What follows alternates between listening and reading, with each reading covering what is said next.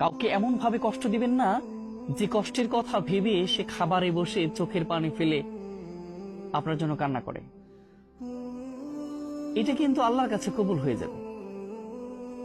খাবারে খেতে বসেও যারা ফুপিয়ে ফুপিয়ে আপনার কষ্টের কথাগুলো ভেবে কান্না করে, চোখের পানি দিয়ে তার খাবারটা ভিজে ফেলে, এদের দোয়া অবশ্যই কবুল হয়ে যায়, এর অভিশাপগুলো অবশ্যই কবুল হয়ে যায়। আপনি অনেক কষ্ট পাবেন। আপনি মনে করছেন যে একজন মানুষকে কষ্ট দেওয়ার পরে আমি সুখে আছি, অনেক সুখ পোষণ করছি, কিন্তু আদৌ কি তাই? কখনোই সম্ভব নয়। এজন্য আপনি একজন মানুষকে কষ্ট দিচ্ছেন, ঠিক আছে, কষ্ট অতটুকু দেন যতটুকু দিলে আপনি তার সমপরিমাণ কষ্ট নেওয়ার জন্য প্রস্তুত থাকবেন। এই জন্য কখনোই একজন মানুষকে অত কষ্ট দিবেন না যত কষ্ট দিলে সে আল্লাহর কাছে বলে দেয়। আর আল্লাহর কাছে বলে দিলেই কিন্তু একজন অভিশপ্ত ব্যক্তির, একজন কষ্ট পাওয়া ব্যক্তির, একজন ঠকে যাওয়া ব্যক্তির প্রত্যেকটা শ্বাসগুলো আল্লাহর কাছে চলে যায় এবং আল্লাহ বুঝতে চায়, বুঝতে পারে।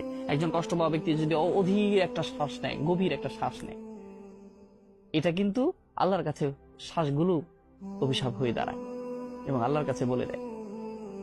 তাইলে কিন্তু বাসন নাই। যারা চুপ হয়ে